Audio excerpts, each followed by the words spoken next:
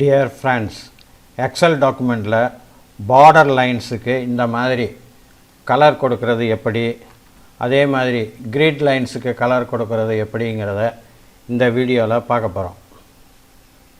இப்போ நான் இதை க்ளோஸ் பண்ணிடுறேன். இப்போ இந்த எக்ஸல் டாக்குமெண்ட்டில் பார்த்தீங்கன்னா ஒரு டேபிள் க்ரியேட் பண்ணியிருக்கேன். இந்த டேபிளில் பார்டர் லைன்ஸுக்கு கலர் கொடுக்குறது எப்படிங்கிறத இப்போ பார்க்கலாம். முதல்ல இந்த டேபிளை நான் செலக்ட் பண்ணிக்கிறேன். செலக்ட் பண்ணிவிட்டு ஹோம் மெனு உள்ளே போய் அதில் இந்த பார்டர்ஸை ஓப்பன் பண்ணுறேன். ஓப்பன் பண்ணிவிட்டு கீழே பார்த்தீங்கன்னா லைன் கலர்னு இருக்குது, அது உள்ளே போய் இந்த சிவப்பு கலரை நான் சூஸ் பண்ணுறேன். சிவப்பு கலரை சூஸ் பண்ணோன்னா ஒரு பென்சில் தெரியுது. இந்த பென்சிலை வச்சு ஒவ்வொரு செல் பார்டராக கிளிக் பண்ணி இப்படி கலரை மாற்றணும். இது ரொம்ப நேரம் எடுக்கும். அதுக்காக நான் இந்த பென்சிலை ரிமூவ் பண்ணுறேன். அதுக்கு கீபோர்டில் எஸ்கேப் பட்டனை ஒரு தடவை ப்ரெஸ் பண்ணுறேன். அந்த பென்சில் மறைஞ்சிடுது. இந்த டேபிள் செலக்ட் ஆகிடுது. மறுபடியும் இந்த பார்டர்ஸுங்கிற அந்த ஆப்ஷனை ஓப்பன் பண்ணி இதில் ஆல் பார்டர்ஸுங்கிற இந்த ஆப்ஷனை கிளிக் பண்ணுறேன். இப்போ பார்த்தீங்கன்னா இந்த பார்டர் லைன் கலர்லாம் சிகப்பாக மாறிடுச்சு. இப்போ இந்த பார்டர் லைனை திக்காக்கணும்னா இந்த டேபிளை செலக்ட் பண்ணிவிட்டு பார்டர்ஸை ஓப்பன் பண்ணி அதில் கீழே லைன் ஸ்டைல் உள்ளே போய் இந்த லைனை செலக்ட் பண்ணணும்.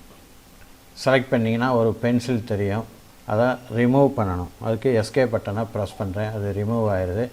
இந்த டேபிள் செலக்ட் ஆகிடுது.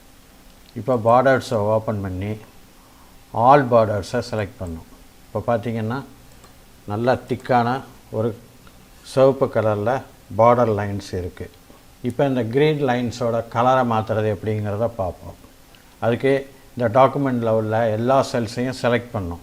ஏதாவது ஒரு செல்லை மவுஸ் வச்சு செலக்ட் பண்ணிவிட்டு கண்ட்ரோல் பட்டனை அமுக்கி பிடிச்சிக்கிட்டு ஏ பட்டனை ஒரு தடவை ப்ரெஸ் பண்ணால் எல்லா செல்ஸும் செலக்ட் ஆகிரும்.